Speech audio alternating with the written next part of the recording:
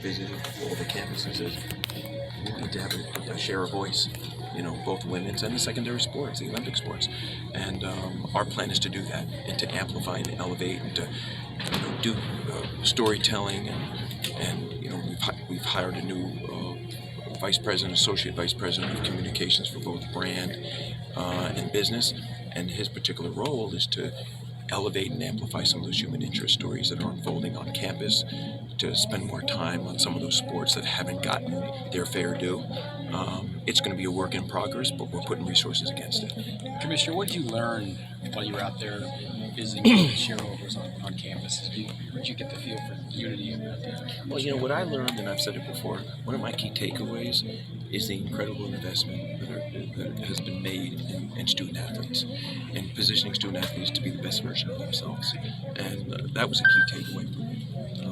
Whether it's the mentoring, the resources that are being afforded, the investments that are being made on campus, and just the passion, the commitment, for college sports that has unfolded not only just during my listening and learning tour, but when I visited the schools, for the recent football games. It's been incredible.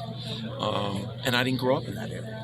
I didn't have a lot of exposure to it, so for me it's been all new, but I'm very energized by it. In fact, I'm more energized today than when I took the job, because I see the possibilities and the opportunities. Through all your meetings with the groups, do you sense the sense of unity? You've got 4 new coming in, 2 going out. Do you feel like the decision makers are unified moving forward? The alignment is fantastic, and in fact, I witnessed that a bit when I was going through the interview process last June.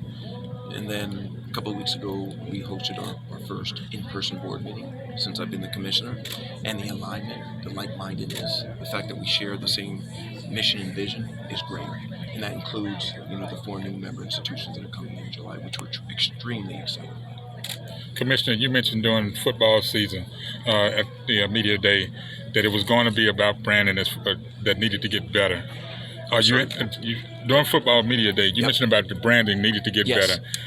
How close are you to the point where you feel it's moving in the right direction in one accord? Well, we're not there yet. In fact, yesterday we announced Translation is our new creative agency. They're working with LDWW. I felt the need for some creative firepower as we think about this brand. And I think what's going to unfold over the next couple of months is a seeding of the direction we're going in as we contemporize and modernize, get a little bit younger from the standpoint of who our audience will be. But next year, next July, when we formally welcome the 4 new member institutions, that's when I think you're going to visually be able to see the new Big 12 and all the work that's been done over the course of the next couple of months. When did you kind of make all those tours around different Big 12 schools? Did that in my first 3 weeks.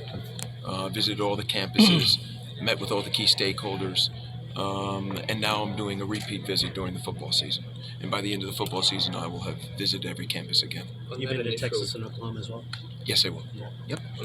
I haven't been there yet. I'm visiting for football games. In the next month, I'll be at both campuses. On that initial tour, you didn't have OU in Texas, but you had the meetings last week, and as you're making decisions for the next couple of years, how do you balance them still being around, possibly through 2025, but knowing you've got 4 new members? They're going to be here through 25. They've committed themselves in advance of me getting here, and they've reiterated that commitment. So they'll be here through the duration. And my relationship with both Texas and Oklahoma is very, very strong. And they are full members, and we're looking forward to working with them. Commissioner, since you want to start taking the Big 12 a little bit more national now, your recent trip to New York, is that indicative of maybe a market that you guys want to maybe establish yourself in more? Well, I think you're going to see us do media blitzes from time to time all over the country in major markets where we can storytell and get on the consciousness of future student athletes. I think that's a very big part of it. And last week's visit to New York was very, very successful, and I think you'll see us doing more and more of that. What does a 14-team football schedule look like? Well, it's funny you should say that. So we had a call this morning. We will not have divisions. We'll announce this next year's schedule in early December, which is pretty much when it has been done previously. And over a 2-year period, each of the schools will play each other at least once.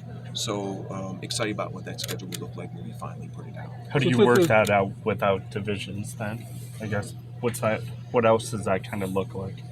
I'm not ready to comment more than that. Just now, it'll be released next month. 9 league games though still. Yes, nine league games. We'll announce it late November, early December, and I'm excited about what it'll look like. Rivalries, preserved, absolutely. Looking at geography, obviously, from a student athlete perspective and travel. So all those principles are part of the decision making, but we'll end up in a great place. Since we're at basketball, have you taken a look at what a 14-team league means for the basketball schedule? It'll be an 18-game schedule, no different than what it is now. And over a 2-year period, each school will play, all the other members of the conference, both home and away. I thought 5 and 8 is a breakdown on that potentially. Yes, and potentially, and we'll release that in December also. For the go forward. And there's been plenty of reports that Oklahoma and Texas were trying to negotiate to get out. My conversations with Oklahoma and Texas have always been about being great members until they leave, which is in 25, and the experience has been very positive so far. When you went into negotiations with ESPN and Fox, was it simply a matter of having a number in your head, or what were you looking for from? Well, the economics matter, but I want a real partnership, and we have a great partnership with both. But everyone needs to step up their game. More marketing, more promotion, more support of our student athletes in all the right ways, more storytelling. Economics matter though, but it's those fringe benefits that make a deal or don't make a deal.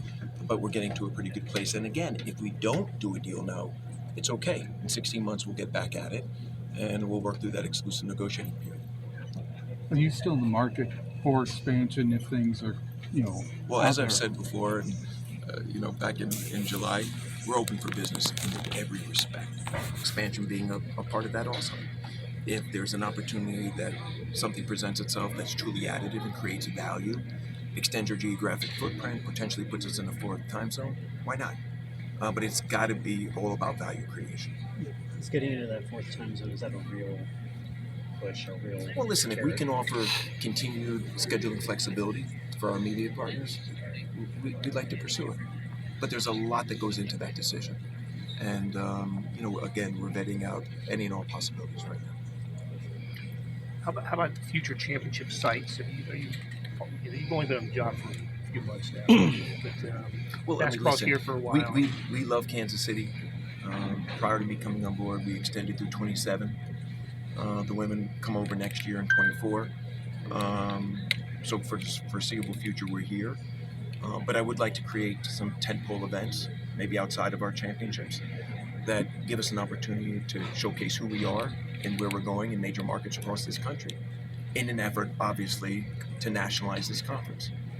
So everything is under consideration right now. But we're thrilled being here. I've heard wonderful things about this tournament, and for the foreseeable future, we'll be here. And parochial Dallas question. What about the football championship? We extended the football championship through 25 and excited to be in Dallas. It's a great market. AT&T Stadium is a world-class venue, and they do great things for us. I mean, could you see going outside your footprint for either football or basketball championships? We have not discussed that as of yet. Happy where we are. What does nationalizing the conference look like? I want student athletes from coast to coast to vote yes for this conference. Right now, they vote for schools. I want to give them another reason to vote for this conference. I want them to recognize us and like all the things we're doing and where we're going, and be on their consciousness.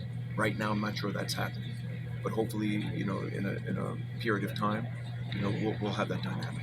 In the previous life, you may have known Eric Adams a little bit, the mayor of New York City. He had a recent quote about Kansas not having a brand. I wanted to get your thoughts on that. Well, if you saw what we did in New York, I gave him a Kansas jersey, and he knows Kansas is a brand now. And yes, I do know Eric. He's a good friend of mine, and we've known each other for years. He was the borough president when I was in Brooklyn. So when I was here last in Lawrence for game day, the mayor came up to me and said, "Hey, Brett, what happened with Eric Adams? What's up with the Kansas not being a brand?" So I called Eric on the spot. And I said, "Eric, we need to do a little photo op. I need to teach you the Kansas is a brand," and he obliged. And he's a good man, and he realizes it was a misstatement, and it's been corrected. Anything else? Thanks, guys. Thanks, guys. Appreciate it.